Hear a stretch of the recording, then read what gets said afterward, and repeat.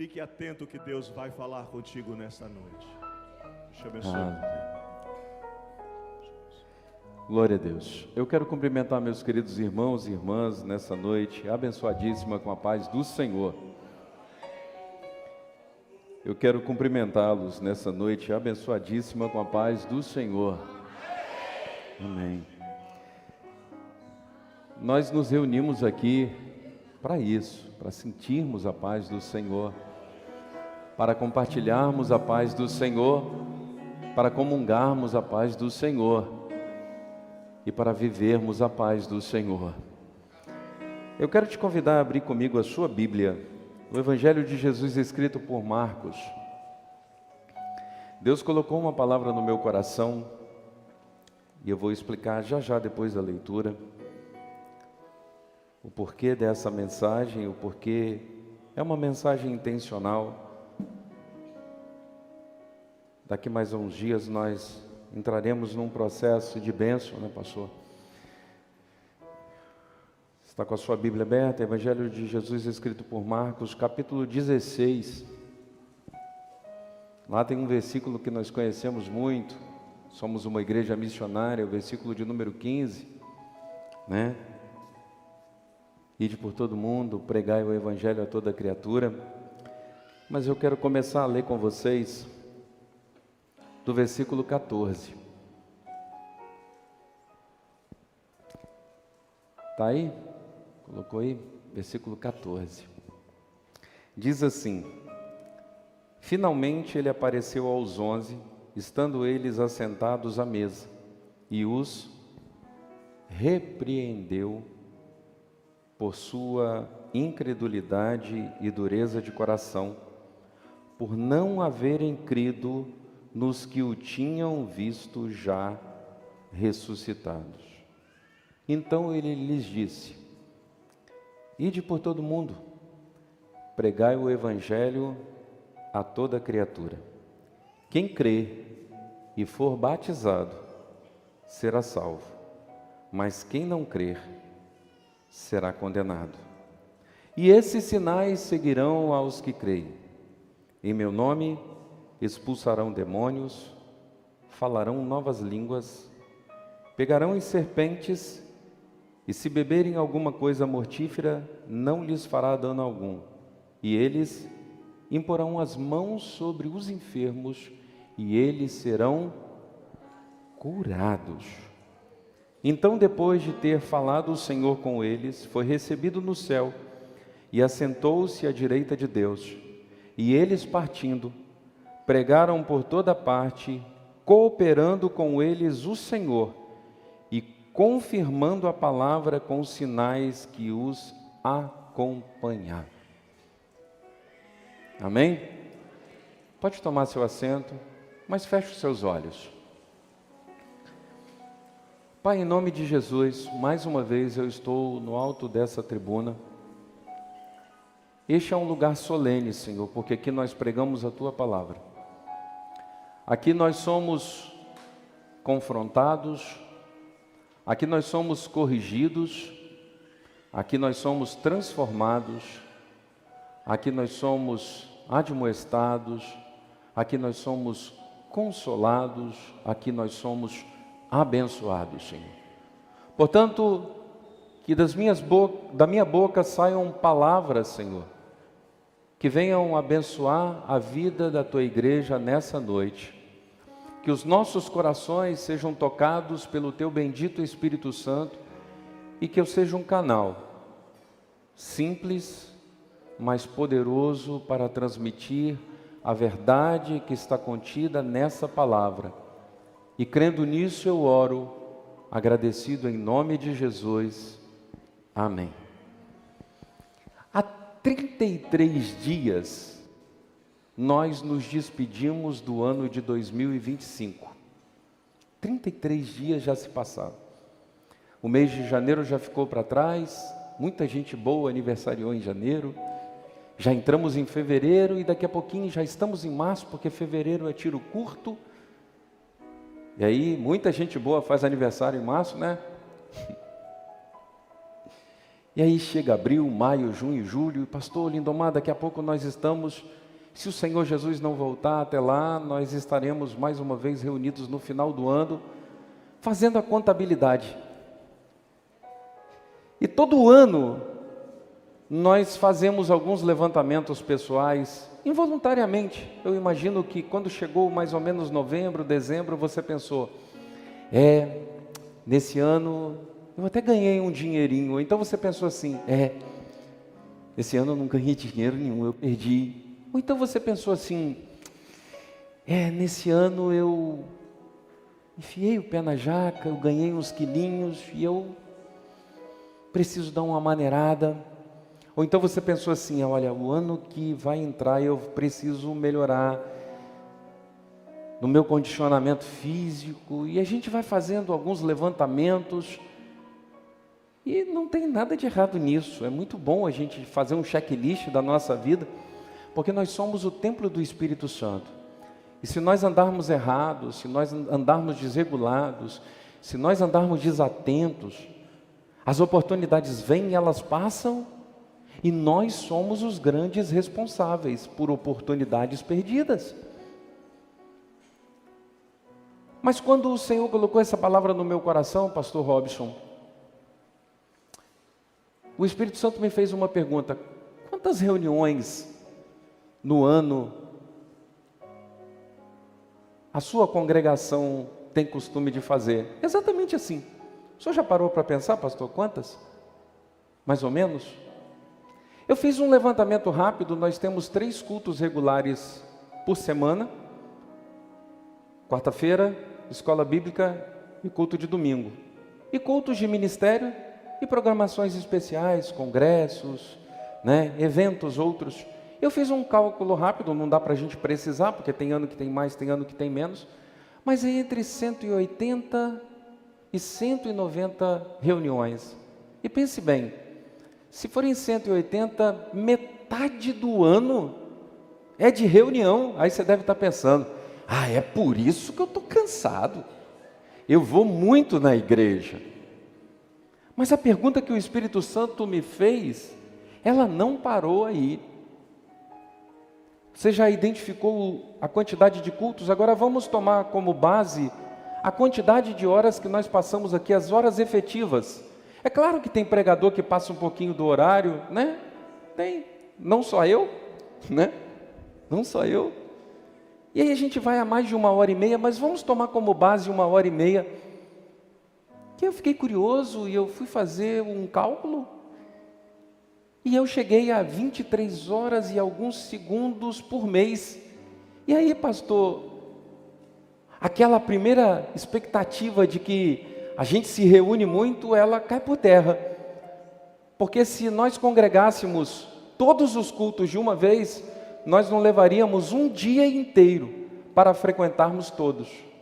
E quando eu cheguei a essa resposta, o Espírito Santo falou comigo, mas o problema é mais profundo do que esse. Porque isso é para quem vai em todos. E agora eu quero te fazer uma pergunta.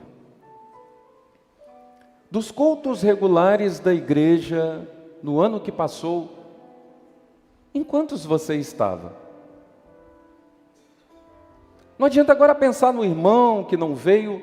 O certo é que nenhum de nós veio a todos, porque acontecem coisas. Ficamos enfermos, alguns vieram em muitos, em quase todos.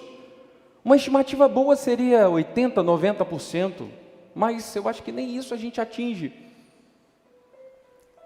E a gente vai vendo que, Damares, a maior parte da nossa vida é vivida fora da congregação.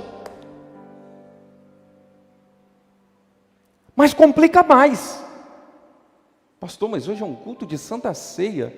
Lembra que antes de ler o 15 tem o 14? E antes de Jesus dizer, vão pelo mundo e preguem o Evangelho, Ele lançou no rosto de cada discípulo a incredulidade que os impedia de dar o melhor e maior passo de suas vidas. Nós estamos vivendo uma geração que não aceita, que não admite ser confrontada. É muito difícil, pastor Oscar, pastorear nos dias de hoje. Eu me recordo, no meu período de adolescência e de juventude, o tipo de comportamento que nós tínhamos. Não quero dizer que nós éramos santos nem bons, não, o pastor está aí, né? Ele sabe que a gente dava trabalho também. Mas a gente tinha um treinamento, a mente estava preparada para um tipo de comportamento que aceitava a correção e a disciplina. Quantas vezes em culto de Santa Ceia, antes de ministrar a ceia, o pastor cantava: silêncio, quando peca um irmão, não procure magoar quem prostrado está no chão. E aí antes da ceia haviam concertos, confissões, mudanças, porque ainda vivíamos uma geração ensinável, uma geração que estava disposta a aprender para melhorar. Pastor, mas você está pegando pesado. Hoje pela manhã eu recebi uma palavra profética sobre a mensagem que eu ia pregar hoje à noite. Um irmão me parou e falou assim: pastor, do nada, ele tocou nas minhas costas e falou assim: pastor, eu me recordo a última mensagem que o senhor pregou e eu lembro, e o senhor foi tão duro. Eu falei: Jesus, eu vou pregar hoje à noite, ele não sabe. E aí ele falou: mas glória a Deus pela sua vida, porque me alimentou e eu precisava, e nós precisamos disso. E eu senti que o Espírito Santo estava me encorajando a pregar essa palavra. Por quê? Porque nós vivemos um desafio de uma geração não ensinável. Nós vivemos o desafio de uma geração que não tolera, não aceita a confrontação, não aceita a disciplina. E mesmo dentro das igrejas, algumas denominações estão inchando. Por quê? Porque os egos dos frequentadores são inflados, são inchados. E existem tantas promessas bíblicas que são colocadas fora de um contexto. Porque antes que a bênção chegue na nossa casa, o dono da bênção deve estar dentro da nossa casa. Antes de experimentarmos o favor de Deus, precisamos viver a comunhão com Deus, o nosso Pai.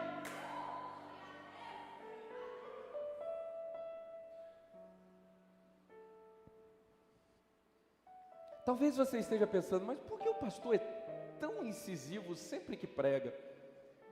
É porque eu tenho convicção, eu sou pastor. E quando eu olho o mundo, eu não estou falando a sua vida, quando eu olho o mundo, quando eu olho a minha alma, quando eu olho os dias que nós estamos vivendo, eu fico desesperado. Porque as pessoas, elas querem se sentir bem. E se eu separasse uns 10 ou 15 versículos que falassem de bênção, certamente você responderia positivamente, e não está errado. Veja bem, eu não estou dizendo que está errado, mas eu estou dizendo o que está errado. O que está errado é a nossa falta de preparo para vivermos a eficácia e a eficiência do chamado para o qual o Senhor nos comissionou. Outro dia eu disse: algumas pessoas confundem ministério com chamado. O chamado de todo crente é um só. Qual é o seu chamado? É o chamado do mestre. E o que o mestre disse? Versículo 15 responde: vão pelo mundo. Esse é o chamado do mestre. Ide pelo mundo, fazei discípulo de todas as nações, ensinando-as a guardar tudo o que eu vos tenho ensinado, batizando-as em nome do Pai, do Filho e do Espírito Santo. Esse é o nosso chamado. mas nós estamos olhando para dentro, para as reuniões. E às vezes nós saímos de casa até com uma expectativa: será que hoje meu coração vai arder? O Espírito Santo está respondendo: se o coração não arder, o lombo vai. Porque nós precisamos disso. Põe na tela para mim. Ó, fiz igual aqueles camaradas desses jornais sensacionalistas, né? Põe na tela o versículo 14 aí. Eu esqueci o nome. Eu não tenho por hábito assistir não, irmãos. É muito sangue, é muita informação.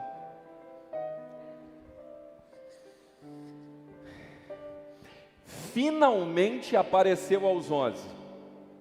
Sabe por que está dizendo finalmente apareceu aos 11? Se a sua Bíblia, deixa aqui, tá? Se a sua Bíblia estiver aberta, você vai ver no versículo 10, não precisa colocar não. Diz assim: e Maria Madalena foi e contou aos que tinham estado com ele, e os quais estavam tristes e chorando. E eles, ouvindo que ele viviam e tinham sido vistos por ela, não acreditaram. Marcos é resumido, é o evangelho mais curto, é o evangelho mais prático. Aí o versículo 13, versículo 12 diz assim: depois disso ele apareceu de outra forma a dois daqueles que estavam pelo caminho para o campo, os discípulos do caminho de Emaús. Lá de Lucas, no capítulo 24. E estes indo anunciaram aos outros. Mas olha a tristeza o que o versículo diz: mas nem a estes creram. E aí, Marcos, olha a beleza do evangelho, pastor Jefferson. Todo livro de conto, todo livro de história, todo best-seller, geralmente faz questão de enaltecer os feitos das figuras centrais. E quem são as figuras centrais nos evangelhos, em Atos dos Apóstolos? Figuras humanas. São realmente os apóstolos e os discípulos que ladeavam os apóstolos e saíram pregando o evangelho. Mas diferente dos contos do mundo, Deus faz questão de não esconder nada. E antes de declarar o maior feito e o maior poder que aqueles homens receberiam, ele diz: mas eles não acreditaram em Maria, mas eles não acreditaram nos discípulos do caminho de Emaús. E finalmente Jesus apareceu aos 11 e eles estavam sentados. Porque geralmente quando a gente está triste, quando a gente está empolgado, quando a gente está alegre, a gente não consegue ficar sentado muito tempo. Você está eufórico, você consegue segurar a euforia sentado? Vou nem perguntar a Damares, né? Não consegue. Você tem que se movimentar. Mas a tristeza causa prostração. Eles estavam prostrados, incrédulos e prostrados. O perfil não é dos melhores não, né? Você está analisando aí, o negócio está feio. E eles estavam prostrados ou sentados juntamente. E Jesus não cortou o rodeio. É claro que ele não disse uma só palavra, ele conversou com eles. Porque se você for olhar os 4 evangelhos, João e os sinóticos, eles vão tratar do assunto em maior ou menor monta. Todos eles, mas Marcos é o que mais entra no assunto da incredulidade. Mateus, ele revela dizendo: e ele ordenou que eles fossem ao monte para vê-lo. E chegando lá, eles o adoraram, mas alguns duvidaram.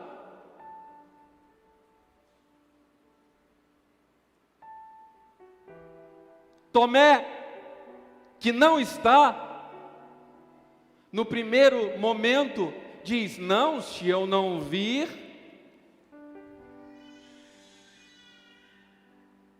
as mãos, se eu não tocar do lado, não acredito não.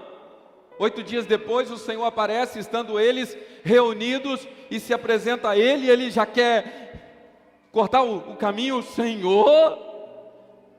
O Senhor encerra a conversa prolongada dizendo: está aqui, ó, põe o dedo aqui na minha ferida, toca aqui o meu lábio, toca o meu lado aqui,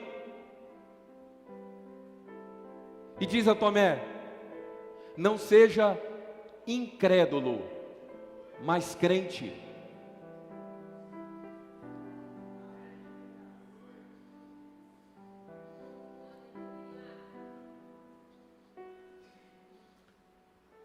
Porque a incredulidade, ela vai paralisar os feitos que o Senhor tem para nós. Porque Jesus está confrontando a incredulidade. Você já conseguiu entender por que o Espírito Santo me fez te perguntar a quantos cultos regulares você frequentou no ano passado? Mas ele não fez só essa pergunta, ele fez uma segunda pergunta, pastor Wesley. Ele me disse: pergunte à minha igreja, dos que você participou, em quantos você participou efetivamente da adoração? E não se engane, porque talvez você pense: mas eu cantei, eu toquei, eu até preguei, eu estive na recepção. Ele não está falando disso, ele está falando de intimidade, ele está falando de comprometimento, ele está falando de um comportamento de adoração, e a adoração passa por obediência.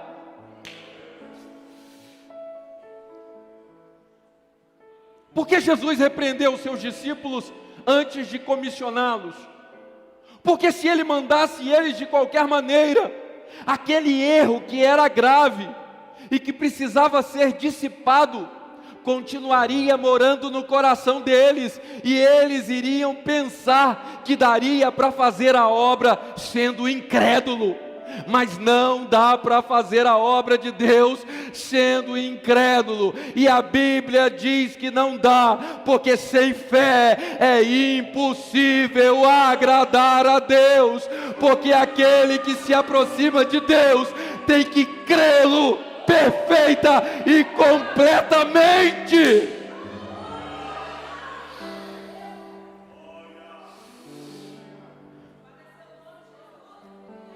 Ressurreição era um fato, e eles estavam incrédulos a um fato que já havia sido dito ao longo de todo o ministério de Jesus: eu serei entregue, mas no terceiro dia eu ressuscitarei. Mas eles se deixaram tomar pelo medo, pela angústia, pela derrota do momento. Sabe, muitas vezes nós somos atacados por esse tipo de comportamento também. Nós esperamos uma resposta de Deus segundo os nossos próprios protocolos, e ela não vem conforme nós esperávamos, e nós imaginamos que ela não vem ou não veio. E às vezes a resposta veio, ela só não foi aquilo que você e eu esperávamos, mas a resposta de Deus é boa, a resposta de Deus é perfeita, a resposta de Deus é agradável.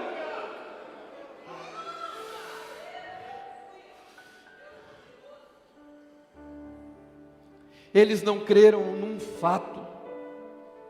E aí você deve estar pensando: mas eles eram esquisitos, né? Quantas curas nós já ouvimos os testemunhos aqui na igreja? Quanta gente de vida torta, esquisita, aos olhos da sociedade, irrecuperáveis, hoje estão servindo a Jesus. Quanta história desse tipo nós conhecemos, e isso também é chamado de fato.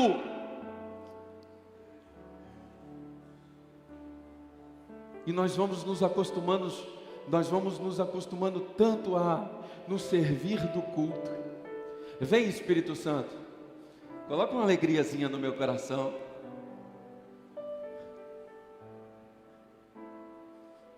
O salmista disse: alegrei-me quando me disseram, vamos à casa do Senhor. Lembra que eu falei que de um mês, de 31 dias, 30, nós vivemos lá fora. E se viermos em todos os cultos ao longo do mês, nós estaríamos na congregação.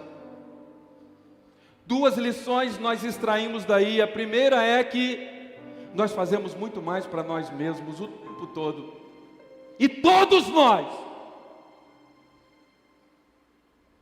E a segunda, que pode nos ser uma porta de escape, é que Jesus não disse que nós somos crentes só dentro da congregação, e que o nosso culto não deve ser um culto só aqui, e indo pelo caminho pregue o evangelho a toda criatura, abastecendo o seu carro, surgindo uma oportunidade, fale de Jesus, na fila do INSS, surgindo uma oportunidade, fale de Jesus, no seu trabalho, com seus colegas reclamando do mundo, de tudo e de todos, fale de Jesus.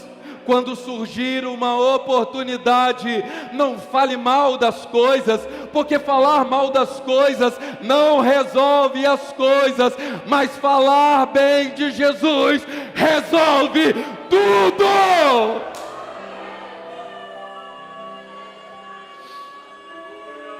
Se você não sabe, o salmo que eu mais gosto é o salmo de número 103.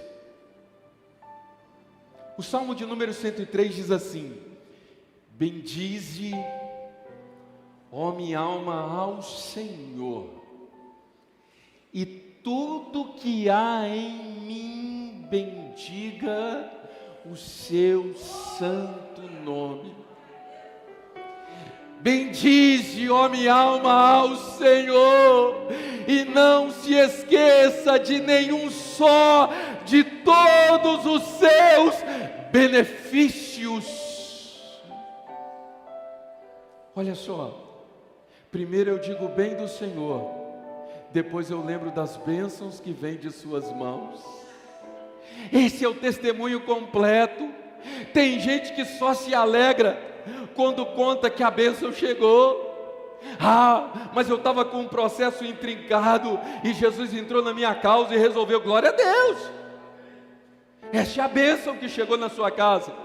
Mas antes disso chegou uma bênção maior e já estava dentro de você. Bendize, ó minha alma, ao Senhor, e tudo que há em mim bendiga o seu santo nome. Bendize, ó minha alma, ao Senhor, e não te esqueça de nenhum só de todos os seus benefícios. Aí ele vai dizer assim: porque é Ele quem perdoa todos os teus pecados, ou todas as tuas iniquidades, e que sara todas as tuas enfermidades. Alguém que está cheio de Deus, sabe as prioridades. Até na hora de louvar, o salmista louva com prioridade. O que é mais importante? O corpo sadio ou a alma sadia? Porque o corpo perece. Você pode cuidar dele, você deve cuidar dele. Eu estou cuidando do meu corpo. A gente sente os resultados. Mas uma coisa eu tenho certeza: por mais que eu cuide dele, a hora que chegar a minha hora, e se Jesus não tiver voltado até lá, o corpo volta ao pó e o espírito volta a Deus que o deu. É assim. Mas olha só, o corpo volta ao pó e o espírito volta a Deus que o deu. É a presença. É para prestar relatório. É bom ou mal? E aí ele diz: bendize a minha alma ao Senhor e tudo que há em mim, bendiga o seu santo nome. Bendize, ó minha alma, ao Senhor, e não te esqueça de nenhum só de todos os seus benefícios. porque é Ele quem perdoa todos os teus pecados, é Ele quem sara todas as tuas enfermidades, é Ele quem da cova redime a tua alma e te coroa de justiça e de benignidade, de sorte que a sua juventude se renova como a da águia. Bendize, ó minha alma, ao Senhor.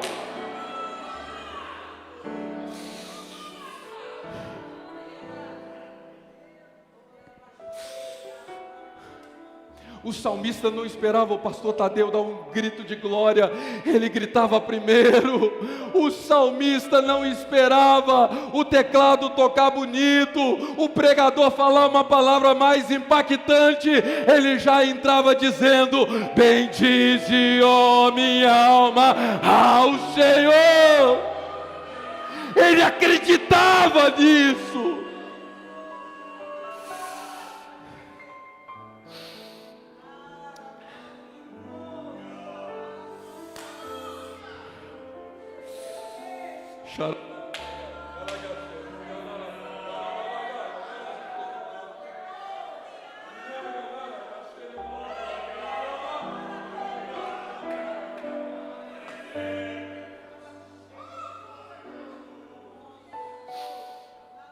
Mas os discípulos precisavam ser curados. Você está comigo na mensagem? Estou percebendo que você está comigo na mensagem. Primeiro eles duvidaram de quem? Maria Madalena. Mas depois eles duvidaram de Cleopas e o seu companheiro. Mas pastor Glaucio, Cleopas e o seu companheiro também tinham duvidado. Eles estavam indo pelo caminho de Emaús tristes, derrotados, quase 11 quilômetros caminhando, chateado. Vou ficar parado? Não. Tenho paciência para isso? Não. Os discípulos estão chorando lá, eu quero me afastar disso. Não dá para se esconder de problema. Problema tem que ser resolvido. O coração está amargurado e Jesus sabe disso. Antes de se apresentar aos demais, ele vai ao caminho e encontra-os e diz: vocês andam conversando tanto, para abrir uma brecha. E eles são até um pouco duros. Será que você é o único peregrino em toda Jerusalém que não ficou sabendo da maldade que fizeram com o nosso Senhor? Poderoso profeta em palavras e obras. É bem verdade que as mulheres foram ao templo de madrugada e até falaram que ele tinha ressuscitado, mas sabe como é que é, né?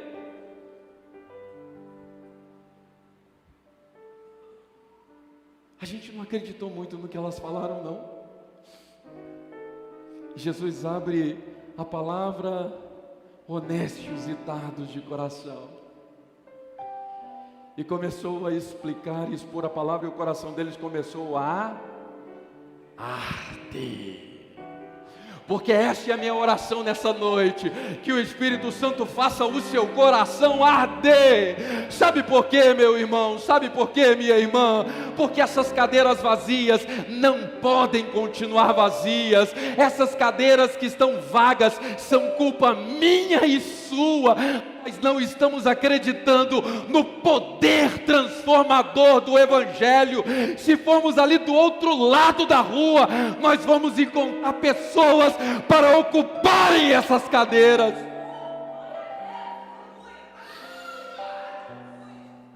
Mas nós já nos acostumamos a pensar que roupa nós vamos usar logo mais à noite, o perfume que eu vou passar. E a gente até desculpa dizendo: eu vou adorar o Senhor com o melhor que eu tenho. O melhor que eu tenho é obedecer, porque obedecer é melhor do que sacrificar. É melhor você obedecer do que vir a um culto e se postar. Eu não vou usar a expressão prostrar, não, porque é só se postar diante de Deus de mãos vazias. O Senhor está dizendo assim: assim diz o Senhor, É o tempo de nós levantarmos a nossa cabeça, abrirmos o nosso coração com coragem e a boca com ousadia em favor das pessoas que estão se perdendo no mundo. Mas o Senhor, sabendo que os discípulos estavam doentes lá, Ele vai, e no caminho de Emaú, Ele conversa com eles, e eles o convidam para entrar em casa, e como Ele é o mestre, Ele vai partir o pão, e quando Ele parte o pão e dá a graça, aí eles falam: ninguém faz isso igual Jesus. Eita glória! Daqui a pouco o pão vai ser partido, e ninguém faz isso igual Jesus. Ah, meu irmão, você pode ter participado de muita ceia, mas ninguém parte o pão igual Jesus. Oh!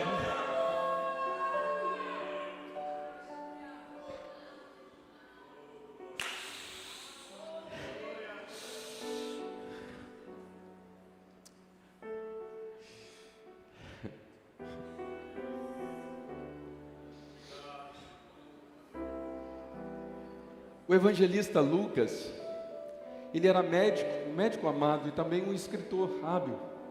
E ele fez um tratado a Teófilo, figura importante. Ele escreve o Evangelho e o livro dos Atos dos Apóstolos. E ele traz alguns detalhes dessa reunião, quando Jesus corrige os seus discípulos. No capítulo 24, dos versículos de 36 a 43 de Lucas, você não precisa de abrir não. No versículo 39, Jesus aparece diante deles e diz assim: aqui minhas mãos. Ele sabe que eles estão amedrontados, acovardados, e ele vai tratar. Vocês precisam de prova física? Tudo bem, eu vou fazer acontecer. Eu vou dar uma prova física. Eu estou aqui, pode me tocar.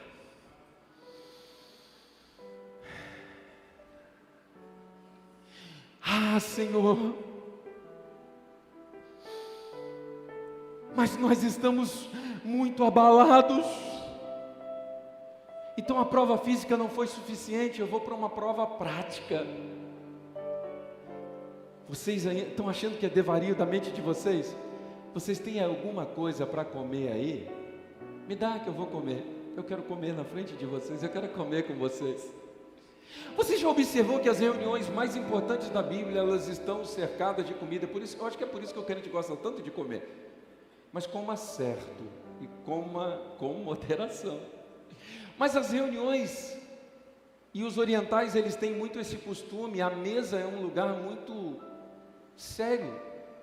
Ninguém senta à mesa de qualquer maneira, e não são todos ou qualquer um que senta à mesa. Hoje a gente senta, a gente chega num restaurante, está faltando mesa, a gente vai lá, senta com um desconhecido, daqui a pouquinho está conversando. O brasileiro é assim mesmo. Mas a mesa em algumas culturas é um lugar muito sagrado. Jesus falou assim: vamos comer junto. Eu sei que vocês gostam, e deram peixe assado, um pouco de mel, e ele comeu na frente deles. Além da prova física, a prova prática.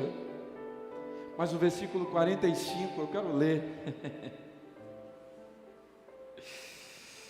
Capítulo 24, versículo 45 diz assim: então ele lhes abriu o entendimento para que eles pudessem compreender as Escrituras. Depois de comer diante deles, Jesus vai usar a palavra prova física, prova prática. Sabe onde acontece mais milagre? Na vida de novo convertido. Você já reparou isso? O pastor sabe disso. Na vida, você quer ver milagre? Fica perto de um novo convertido, crente mesmo, que se converteu e está com vontade de estar em todas as reuniões. Ele começa a experimentar coisas, porque ele precisa tocar, ele precisa ver. É o primeiro contato com essa realidade espiritual. O tempo vai passando, e aí ele começa a amadurecer, e aí ele tem que começar a praticar, e aí as provas surgem, e aí de vez em quando já não vem mais aquela prova ali palpável, e ele tem que entender que há tempo para todas as coisas, e todos os propósitos de Deus debaixo do sol.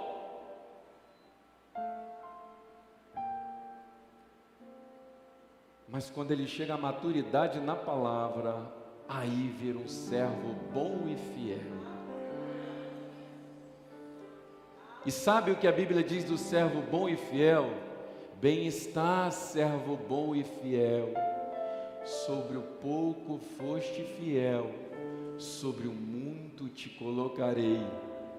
Entra no regozijo do seu Senhor. Jesus corrige os seus discípulos, ele trata, ele vai com ele oferece evidências tangíveis, ele explica a palavra. Está vendo? O trabalho é completo. Começou duro, né, pastor Glaucio? Mas agora chegou a hora boa. No mês de março, né, pastor? Nós vamos começar um treinamento aqui nessa igreja. Eu já venho fazendo esse treinamento há algum tempo. E chegou o tempo das nossas lideranças, dos nossos crentes, se comprometerem com vidas. Nós precisamos encher esse lugar até que não caiba mais. Existe uma palavra, não é para que nós fiquemos exaltados, nem para que a gente se sinta maior ou melhor, mas mais de um culto por dia. Deus já deu o lugar.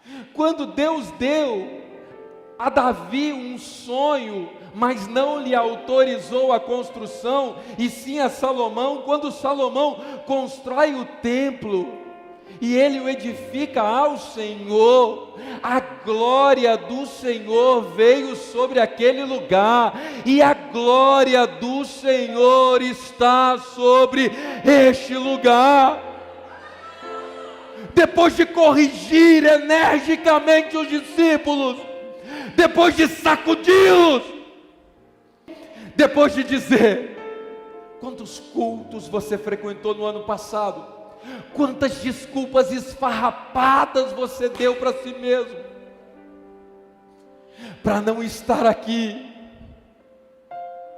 Quantas vezes o pastor chorou, orando para que você tivesse o seu coração tocado, para que os cultos regulares não fossem alguns tão esvaziados. Deus não quer você aqui porque a gente fica envergonhado com cadeiras vazias.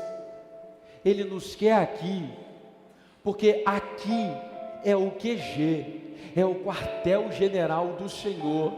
Você já entendeu que a menor parte do tempo você fica aqui, e hoje, como um dos oficiais de Deus, porque a Bíblia nos coloca assim, eu estou trazendo algumas instruções espirituais para você, dizendo assim: apruma, toma a tua arma,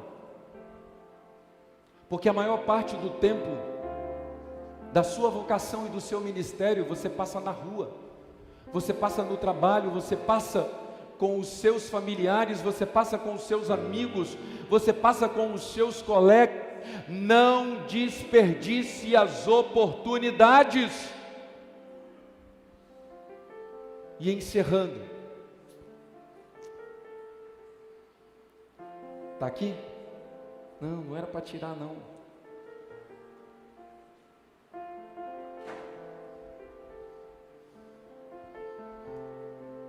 Finalmente Jesus apareceu aos 11, estando eles assentados juntamente, e lançou-lhes em rosto. Falou tudo o que tinha que falar. O Senhor falou o que tinha que falar hoje.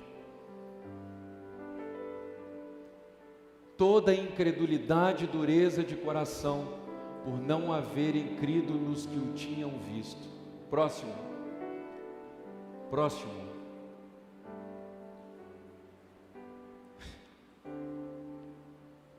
Deixa eu te perguntar. Se você estivesse escrevendo o roteiro, para onde você ia depois de relatar que Jesus deu o maior apito nos discípulos?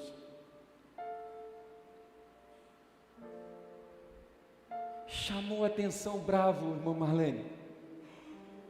E ninguém levantou o olhar, porque era Jesus que estava falando. Eu imagino um olhando para o outro falando, e agora, hein? Bem que ele falou que ia ressuscitar. Ei, Pedro. Só conjecturando, tá, irmão? Não está escrito nada disso, mas eu imagino. Eles eram humanos como nós. Vacilões como você e eu, de vez em quando. E aí, agora? Sabe, Martinha? Jesus olha para eles e fala assim, levanta. Não tem tempo a perder. Ide por todo o mundo, pregai o Evangelho a toda criatura. Você está entendendo? Depois de corrigir, Jesus não disse, vocês não servem, estou muito decepcionado, vou ensinar outros, vou levantar outros, vou converter Paulo. Não, ele disse, vão pelo mundo, vocês vão pelo mundo e pregue a todo mundo. O mundo todo e toda gente precisa saber que Jesus lança em rosto a incredulidade. O mundo todo e toda a gente precisa saber que Jesus confronta o pecado, porque Ele abomina o pecado, porque Ele foi cravado numa cruz por causa dos nossos pecados. Mas a Bíblia que diz que Ele foi cravado na cruz, também diz que Deus o ressuscitou e a Ele deu um nome que é sobre todo nome, para que ao nome dele, Jesus, se dobre todo joelho daqueles que estão nos céus.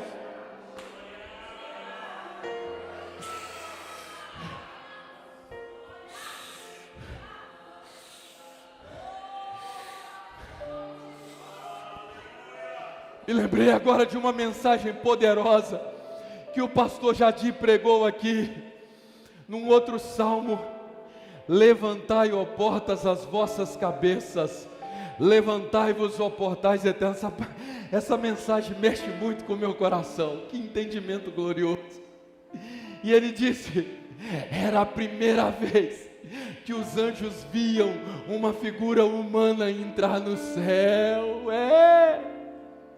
Jesus está entrando.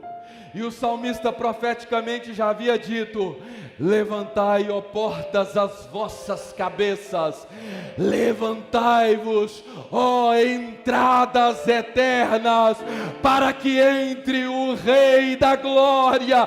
E a pergunta entre eles é, quem é o Rei da Glória? E a resposta é, o Senhor poderoso. Ele é o Rei da Glória.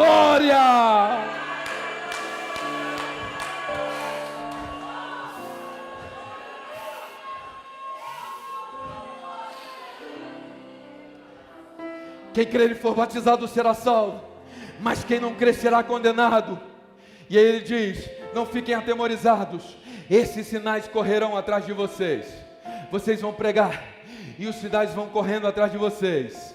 Vocês expulsarão demônios, vocês imporão as mãos sobre os enfermos e eles serão curados. Se alguém tramar contra a vida de vocês, não vai dar certo, nada vai dar certo contra vocês. vocês porão as mãos em serpentes, e se beberem coisas mortíferas ou danosas, não lhes fará dano algum. E a Bíblia diz que depois de ter falado o Senhor com eles, foi recebido nos céus e assentou-se à destra da mão de Deus. Aquele versículo que eu disse agora há pouco: as portas eternas se abriram e entrou o Rei da Glória. Fica de pé.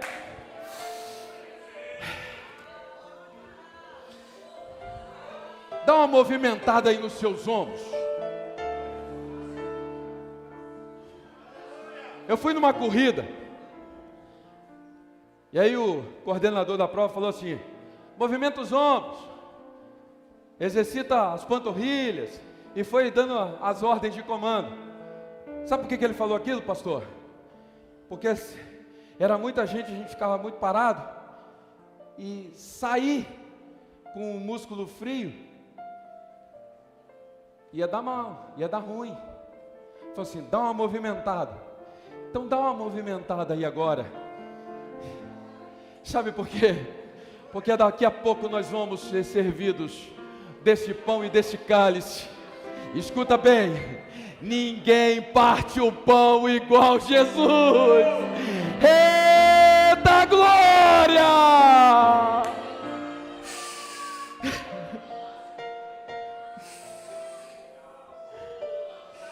E o versículo 20 diz assim: e eles, está aqui, 20,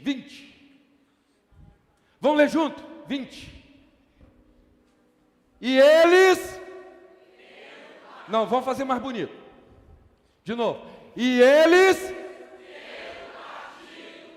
pregaram por todas as partes, cooperando com eles o Senhor, e confirmando a palavra com sinais que seguiram. Para encerrar, sabe que a expressão usada aqui não pode ser trocada. A expressão é cooperando. E eu fui estudar, pastor Jefferson, para descobrir. O senhor não podia ter ajudado? Se o pastor Jefferson estiver fazendo uma coisa na casa dele, e eu souber daquilo que ele está precisando, e souber fazer, eu posso ir lá e vou ajudar o pastor Jefferson. Mas a casa é dele, o negócio é dele, e o meu compromisso é muito menor que o dele. Quem espera melhor resultado certamente é ele do que eu. Se não der muito certo, eu vou falar: perdão, eu até tentei, né? Porque eu ajudei. Agora, quando a gente coopera, vem cá, pastor. É assim, ó. Quando a gente coopera, puxa para lá, pastor, não puxa forte não, tá? Que você está mais forte que eu. Vai lá. Ninguém arranca isso. A Bíblia diz: cooperando com eles o Senhor. Por onde eles iam, o Senhor estava travado no braço de cada um deles. E por causa disso, o demônio olhava para Pedro e falava assim: ah, Pedro é vacilão, mas você já viu quem está do lado dele? Tomé desacredita, mas rapaz, você é besta, você já viu quem está do lado dele? É o Senhor. Vá e pregue, e o Senhor vai cooperar com você.